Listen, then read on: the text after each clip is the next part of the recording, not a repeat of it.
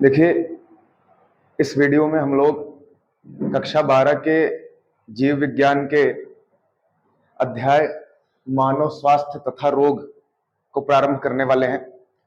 तो इस अध्याय में हम लोग मानव स्वास्थ्य और मानव में होने वाले रोगों के बारे में विस्तार पूर्वक अध्ययन करेंगे। तो सबसे पहले इस चैप्टर में हम लोग समझते हैं कि स्वास्थ्य का अर्थ क्या होता है। स्वास्थ्य स्वास्थ्य जिसको आप बोलते हो हेल्थ। हेल्थ देखो, स्वास्थ्य का अर्थ होता है जब कोई व्यक्ति मानसिक, शारीरिक और सामाजिक रूप से पूरी तरह से स्वस्थ हो तो उसी को जो है उसका स्वास्थ्य कहा जाता है। तो स्वास्थ्य का अर्थ है शारीरिक, मानसिक तथा सामाजिक रूप से स्वस्थ होना।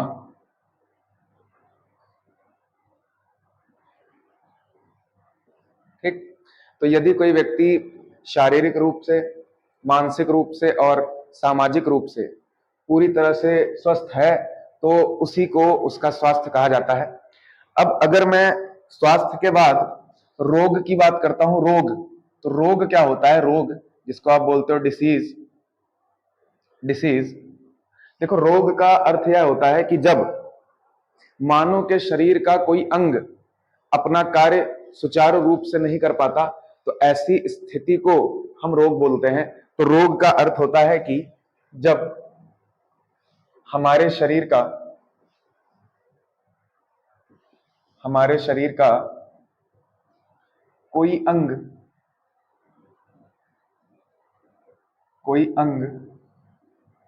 अपना कार्य सुचारू रूप से नहीं कर पाता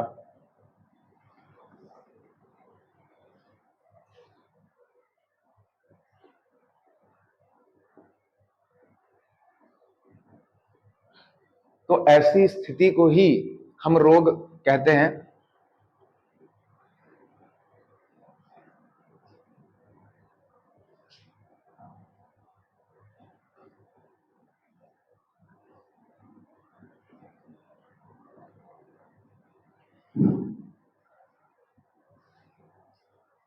ठीक, तो रोग हमारे शरीर की वह अवस्था होती है जिसमें हमारे शरीर के अंदर पाए जाने वाले अंगों में कोई एक अंग अथवा एक से अधिक अंग अपना कार्य सुचारू रूप से नहीं कर पाते, उनके फंक्शंस में कोई बाधा उत्पन्न हो जाती है। तो ऐसी स्थिति को हम रोग के नाम से जानते हैं।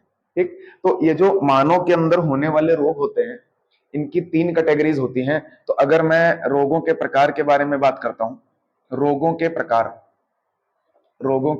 प्रकार, तो मानव में होने वाले जो रोग होते हैं उनको हम 3 कैटेगरी में बांट सकते हैं। तो पहला प्रकार जो रोगों का होता है वो होते हैं आपके संक्रामक रोग, जिनको बोला जाता है इन्फेक्टियस डिसीजेस। दूसरे टाइप के जो रोग मानव के अंदर होते हैं वो होते हैं असंक्रामक रोग, इसको बोलते हैं नॉन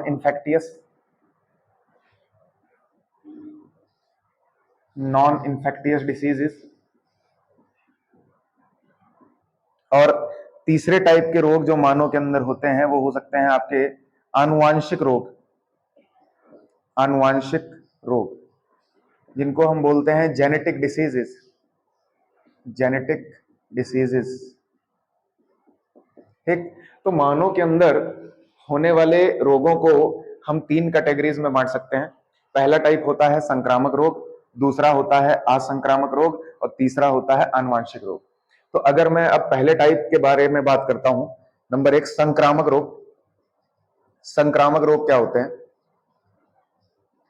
संक्रामक रोग, देखिए, ऐसे रोग जो छुआछूत से फैलते हैं, अर्थात ऐसे रोग जो रोगी से स्वस्थ मानव में फैल जाएं, ऐसे रोगों को हम संक्रामक रोगों के नाम से जानते हैं, और संक्रामक रोगों को फैलाने का कार्य जीवाणु, विषाणु, कवक इत्यादि जो आपके रोग कारक होते हैं वे करते हैं। तो संक्रामक रोग क्या होता है कि वे रोग जो रोगी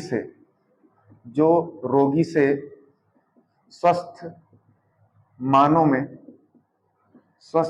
में फैल जाते हैं, रोगी से स्वस्थ मानव में फैल जाते हैं, उन्हें हम क्या कहते हैं? संक्रामक रोग कहते हैं। उन्हें संक्रामक रोग कहते हैं। ठीक, यानी ऐसे रोग जो रोगी के संपर्क में आने पर, रोगी के द्वारा यूज की जाने वाली वस्तुओं का प्रयोग करने पर, या रोगी के खांसने या रोगी के छींकने या जो है रोगी के द्वारा इस्तेमाल की गई वस्तुओं का प्रयोग करने से जो स्वस्थ व्यक्ति में फैल जाएं, ऐसे रोगों को हम संक्रामक रोगों के नाम से जानते हैं। या इनको छुआछूत वाले रोग भी कहते हैं, जो रोगी के छूने से भी जो है एक स्वस्थ व्यक्ति में फैल सकते हैं। तो संक्रामक रोगों में जो है कुछ एग्जाम्पल जो संक्रामक रोगों के होते हैं, जैसे जुकाम हो गया, जुकाम, हैजा, आपका टीबी, जिसको ट्यूबरक्लोसिस भी कहा जाता है, टीबी आदि। तो ये हमारे जो है संक्रामक रोगों के कुछ एग्जांपल्स हैं, जुकाम, हैजा, टीबी इत्यादि। अब अगर मैं दूसरे टाइप के असंक्रामक रोगों के बारे में बात करता हूं, तो असंक्रामक रोग हमारे क्या होते हैं? असंक्रामक रोग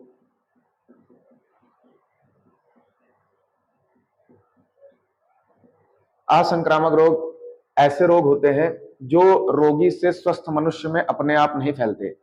ऐसे रोग जो रोगी से स्वस्थ मनुष्य में नहीं फैलते, रोगी के संपर्क में आने पर स्वस्थ मानव में ट्रांसफर नहीं होते, ऐसे रोगों को हम असंक्रामक रोगों के नाम से जानते हैं। तो ऐसे रोग जो रोगी से स्वस्थ मानव में नहीं फैलते, उन्हें असंक्रामक रोग कहा जाता है।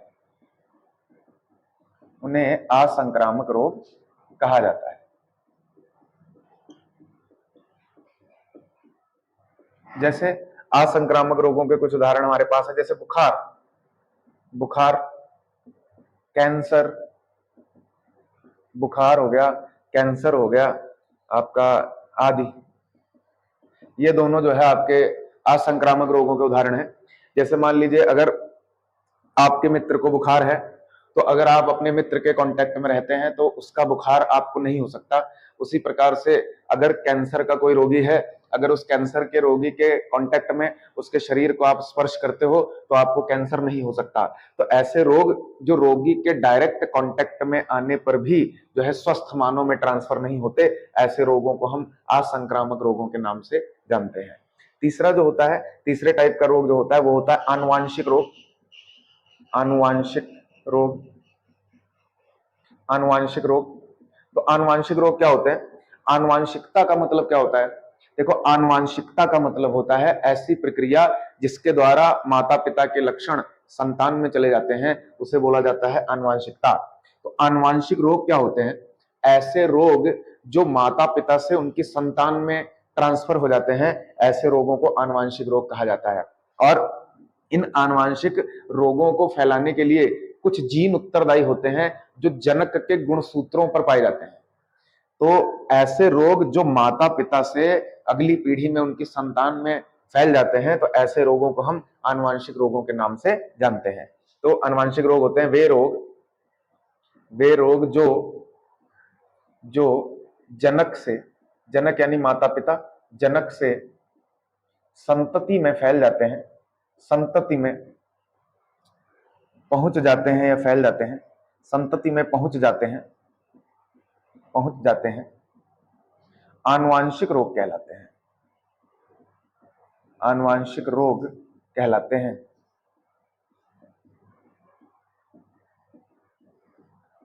आनुवांशिक रोग कहलाते हैं। जैसे आनुवांशिक रोगों के कुछ फेमस एग्जांपल्स हैं, जैसे वर्णांधता, वर्णांधता।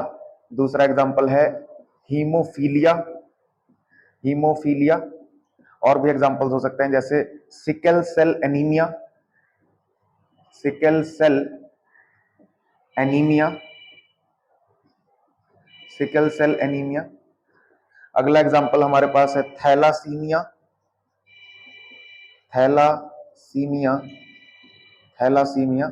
अगला एग्जाम्पल हमारे पास है इसका फिनाइल कीटोनूरिया, फिनाइल कीटोनूरिया,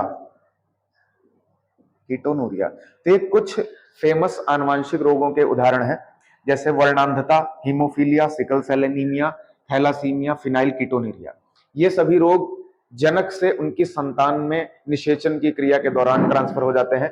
जैसे वर्णांधता जो है आनुवंशिक रोग है, जिसमें क्या होता है कि वर्णांध व्यक्ति लाल और हरे रंग में अंतर नहीं कर पाता, और यह एक ऐसा रोग होता है जो संतान में जो है उनके माता पिता से चला आता है। हीमोफीलिया भी एक प्रकार का आनुवंशिक रोग होता है, जिसमें क्या होता है, हीमोफीलिया से ग्रसित मानव के अंदर रक्त का थक्का नहीं बनता, इसलिए थोड़ी ही चोट लग जाने पर उसमें बहुत ज्यादा ब्लीडिंग हो जाती है, खून की बहुत ज्यादा कमी हो जाती है। अगला हमारे पास है सिकल सेल एनीमिया।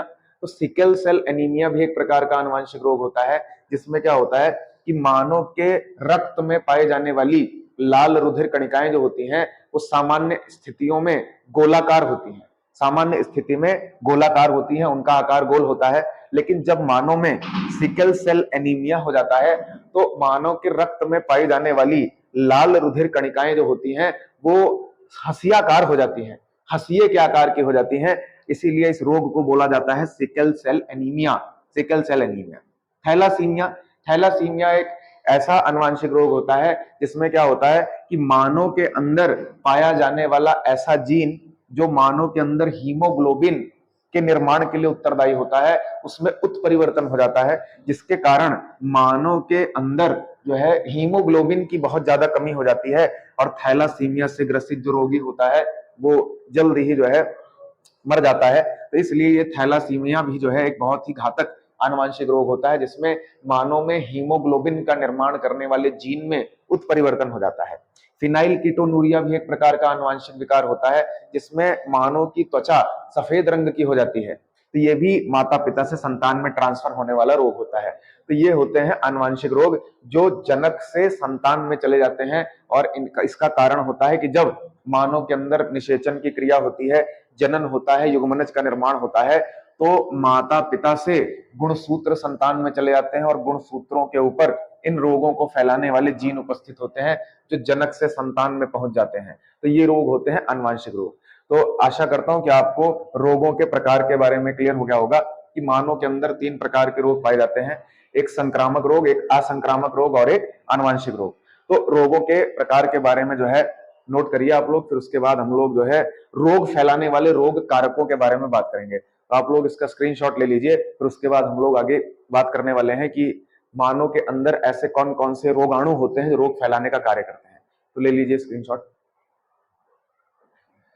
चलिए, तो अब हम लोग आगे बात करने वाले हैं, आगे बात करने वाले हैं कि मानव के अंदर ऐसे कौन कौन से रोग कारक होते हैं जो रोग फैलाने का कार्य करते हैं, कौन कौन से ऐसे जो है सूक्ष्म जीव हैं जो मानव में अलग अलग प्रकार के रोग फैलाने के लिए उत्तरदायी होते हैं।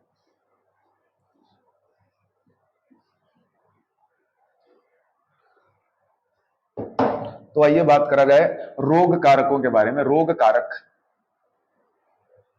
रोग कारक जिनको आप पैथोजेंस भी बोलते हो, पैथोजेंस, पैथोजेंस।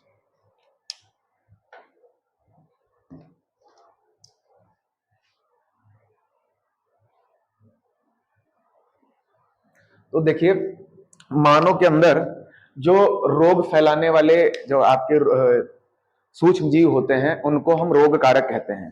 तो ऐसे सूक्ष्म जीव, ऐसे सूक्ष्म जीव जीव जो जो मानव में रोग मानव में रोग फैलाने का मानव में रोग फैलाने का कार्य करते हैं, मानव में रोग फैलाने का कार्य करते हैं, रोग कारक कहलाते हैं, रोग कारक कहलाते हैं, कहलाते हैं। यानी रोग कारक का मतलब होता है ऐसे जीव जो मानव के शरीर के अंदर रोग फैलाने का कार्य करें, उनको रोग कारक कहा जाता है। अब ये जो रोग कारक होते हैं, रोग फैलाने वाले जो जीव होते हैं, इनकी कई सारी कैटेगरीज होती हैं। तो आइए बात करते हैं कि रोग कारक कितने तरह के होते हैं और ये किस प्रकार से मानव में रोग फैलाते हैं। तो रोग कारकों में जो सबसे पहला टाइप होता है वो होते हैं जीवाणु। जीवाणु, जीवाणु जिनको आप अंग्रेजी में बोलते हैं बैक्टीरिया, बैक्टीरिया। दूसरा टाइप का जो रोग कारक होता है वो होता है विषाणु, विषाणु जिनको हम बोलते हैं वायरस, वायरस। तीसरे टाइप का जो रोग कारक होता है वो होता है कवक, कवक जिनको हम बोलते हैं फंजाई, फंजाई। चौथे टाइप के जो रोग कारक होते हैं वो हमारे होते हैं प्रोटोजोआ, प्रोटोजोआ, प्रोटोजोआ, प्रोटोजोआ। और अगले टाइप का जो आपका रोग कारक हो सकता है वो हो सकता है कृमि, कृमि जिनको आप इंसेक्ट बोलते हो। और ये दो प्रकार के हो सकते हैं, एक गोल कृमि, गोल कृमि जिनका आकार गोल होता है, और दूसरे होते हैं चपटे कृमि, चपटे कृमि, चपटे कृमि, चपटे कृमि। तो ये 5 कैटेगरीज होती हैं रोग कारकों की जो मानव के अंदर रोग फैलाने का कार्य करते हैं। तो सबसे पहले हम जीवाणु जनित रोगों के बारे में बात करने वाले हैं। देखो, मानव के अंदर बहुत सारे ऐसे रोग होते हैं जो इन जीवाणुओं के कारण होते हैं। जैसे जब आप मोनेरा जगत के अंतर्गत जीवाणुओं का अध्ययन करते हो तो वहां पर हम लोग पढ़ते हैं कि जो जीवाणु होते हैं वो कई प्रकार के होते हैं। अनेक प्रकार के जीवाणु जो है वो मानव के अंदर रोग फैलाने का कार्य करते हैं। और बहुत सारे ऐसे जीवाणु भी होते हैं जो मानव का लाभ भी करते हैं। यानी बहुत सारे जीवाणु ऐसे होते हैं जिनसे मानव को अनेक लाभ होते हैं, जो अनेक प्रकार के खाद्य पदार्थों में किण्वन की क्रिया करके नए प्रकार के उत्पादों का निर्माण करने के लिए उत्तरदायी होते हैं।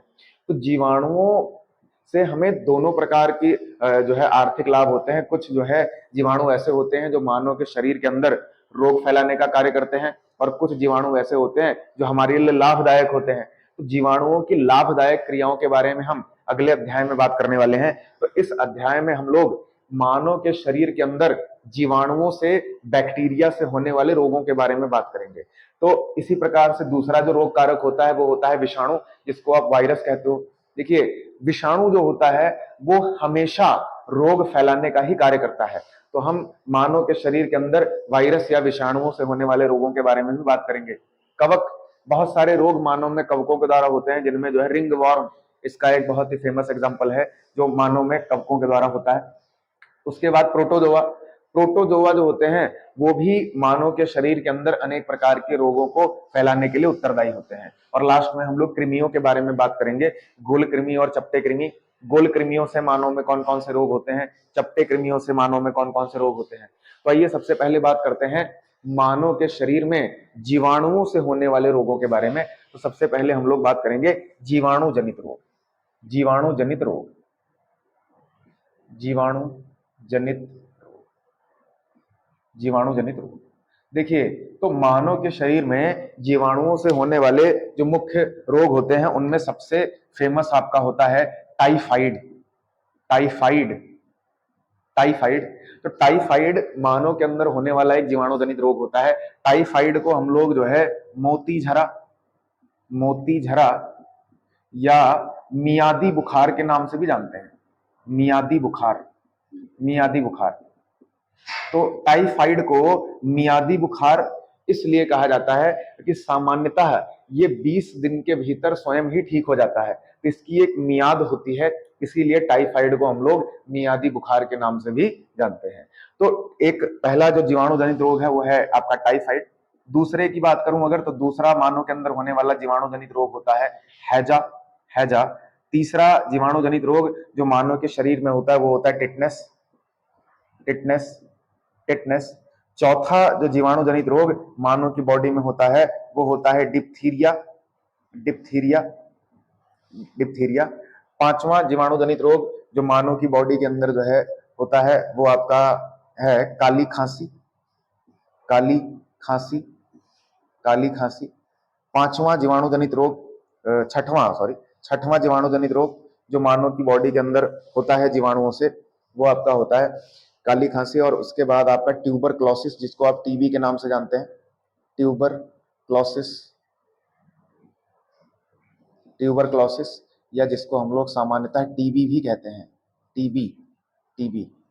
ठीक, तो ये 6 आपके ऐसे फेमस रोग हैं जो मानव की बॉडी के अंदर जीवाणुओं के द्वारा होते हैं। ठीक, तो ऐसे अब इनको फैलाने वाले जीवाणुओं के नाम भी आपको याद रखने हैं। तो टाइफाइड या मोतीझरा, या जिसको मियादी बुखार बोला जाता है, ये जो रोग होता है ये आपका एक जीवाणु के द्वारा होता है जिसका नाम है Salmonella typhi, Salmonella typhi, Salmonella typhi.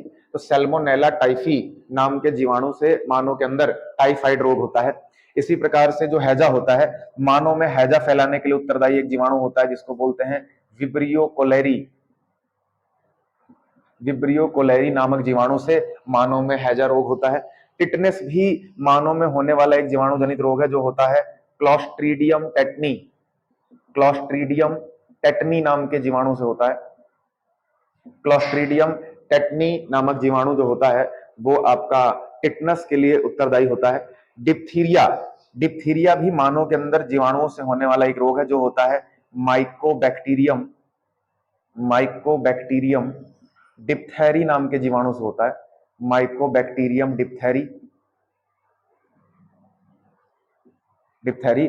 और काली खांसी, काली खांसी आपका पर्टसिस, पर्टसिस नामक जीवाणु से होता है। और लास्ट में ये जो ट्यूबरक्लोसिस या जो टीबी रोग होता है वो आपका ये भी एक जीवाणु जनित रोग होता है जो होता है Mycobacterium, Mycobacterium tuberculosis, Mycobacterium tuberculosis नामक जीवाणु के द्वारा मानव के अंदर टीबी रोग होता है। तो ये मानव के शरीर के अंदर होने वाले मुख्य जीवाणु जनित रोग हैं जिसमें हमें इनका विस्तृत रूप से अध्ययन करना है। टाइफाइड, हैजा, टिटनस, डिप्थीरिया, इनको फैलाने वाले जीवाणुओं का नाम, और टाइफाइड या ये जो अन्य रोग लिखे गए हैं इनके लक्षण और इनसे बचाव के तरीके और इनका उपचार, इनके बारे में हम लोग एक एक करके बात करने वाले हैं। तो ये ऐसे रोग हैं जो मानव के अंदर जीवाणुओं के द्वारा होते हैं। तो आप लोग इसका स्क्रीनशॉट लीजिए, फिर हम लोग एक एक करके इन रोगों के बारे में विस्तृत रूप से बात करते हैं। तो आप लोग स्क्रीनशॉट ले लेंगे इसका। चलिए, तो अब आगे हम लोग जीवाणु जनित रोगों के बारे में विस्तार पूर्वक बात करने वाले हैं, जिनमें सबसे पहले हम लोग बात करने वाले हैं इसके बारे में, टाइफाइड के बारे में। टाइफाइड, तो टाइफाइड के बारे में बात करेंगे। टाइफाइड,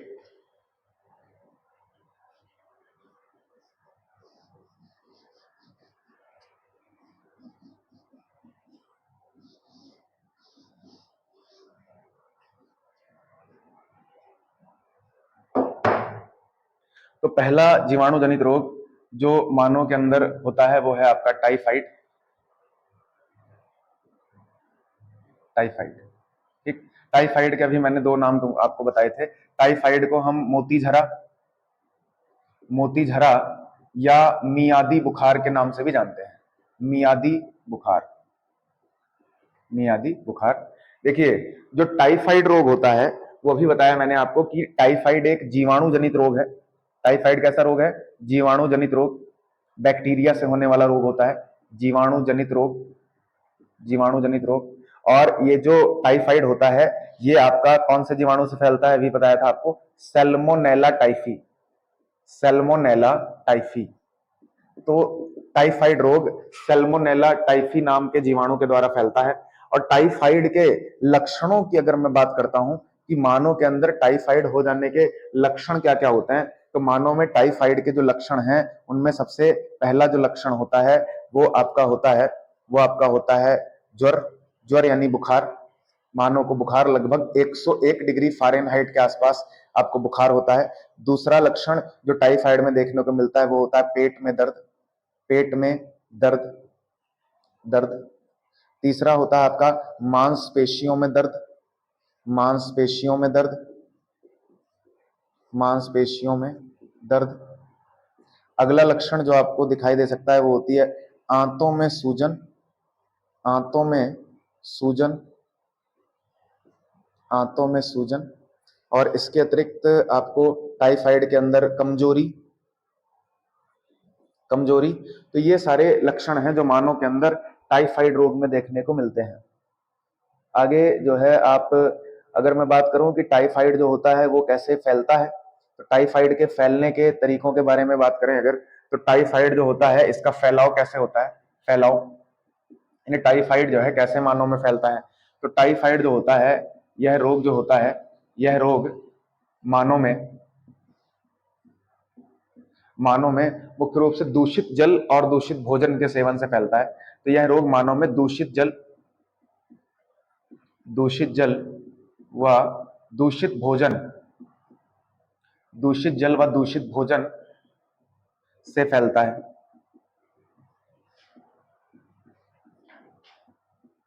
दूषित जल व दूषित भोजन का सेवन करने से मानव में यह टाइफाइड रोग जो है फैलता है, और इसको फैलाने का कार्य जो होती है वो घरेलू मक्खियां करती हैं। तो दूषित जल और दूषित भोजन का सेवन करने से जो है ये आपका टाइफाइड मुख्य रूप से फैलता है। दूसरा जो है इसका और अन्य कारण क्या हो सकते हैं, अन्य कारण फैलने के इसके हो सकते हैं, जब आप जो है सब्जियों या फलों को धोकर नहीं काटते हो, दूषित सब्जियों, दूषित फलों व सब्जियों का सेवन, यानी अगर आप बिना धोए सब्जियों और फलों का सेवन करते हैं तो उससे भी आपके अंदर इस जीवाणु का संक्रमण हो सकता है और आपको जो है टाइफाइड हो सकता है। अब अगर मैं बात करता हूं टाइफाइड से जो है बचाव के बारे में, बचाव के उपाय, तो टाइफाइड से बचाव के क्या क्या उपाय होते हैं। तो टाइफाइड से बचाव का उपाय, सबसे पहला उपाय यह होता है सब्जियों व फलों को अच्छी तरह धो लेना चाहिए। दूसरा जो है पानी को सदैव उबाल कर पीना चाहिए,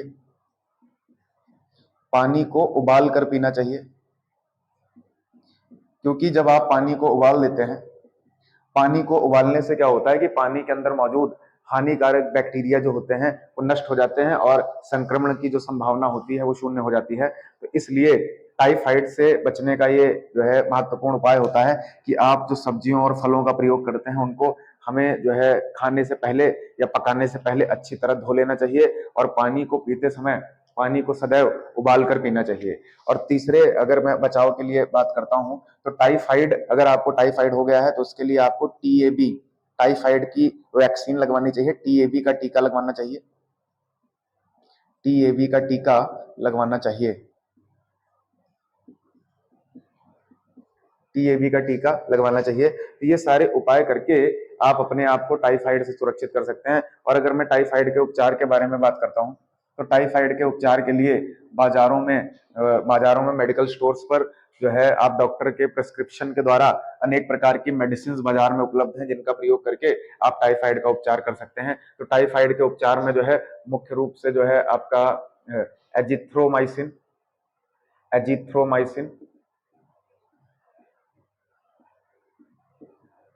टेरामाइसिन, स्ट्रेप्टोमाइसिन,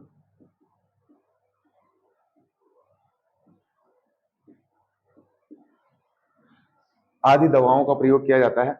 अब ये दवाइयां क्या करती हैं, ये दवाइयां इस सैल्मोनेला टाइफी बैक्टीरिया के या कोई भी जो जीवाणु जनित रोग होता है, वो जीवाणु जनित रोगों को ठीक करने के लिए जिन दवाइयों का हम यूज करते हैं उन दवाइयों को एंटीबायोटिक मेडिसिन बोला जाता है, एंटीबायोटिक मेडिसिन। तो ये एंटीबायोटिक मेडिसिन क्या करती हैं, ये मेडिसिन हमारी बॉडी के अंदर जाकर के रोग फैलाने वाले बैक्टीरिया की सेल वॉल को डिस्ट्रॉय करके उसको मारने का काम करती हैं। तो इस प्रकार से ये दवाइयां जीवाणु जनित रोगों को ठीक करने के लिए प्रयोग की जाती हैं। तो टाइफाइड के उपचार के लिए एजिथ्रोमाइसिन, टेरामाइसिन, स्ट्रेप्टोमाइसिन में से कोई भी एंटीबायोटिक दवा का प्रयोग किया जा सकता है। तो ये हमारा जो है टाइफाइड के बारे में है। तो टाइफाइड एक जीवाणुओं से होने वाला रोग होता है जो सैल्मोनेला टाइफी नाम के जीवाणु से फैलता है। टाइफाइड के लक्षणों में मानव को तीव्र ज्वर, पेट में दर्द, मांसपेशियों में दर्द, आंतों में सूजन, कमजोरी इत्यादि लक्षण प्रकट होते हैं। और इस रोग के फैलने का मुख्य कारण मानव के द्वारा सेवन किया जाने वाला दूषित जल और दूषित भोजन होता है। और इससे बचने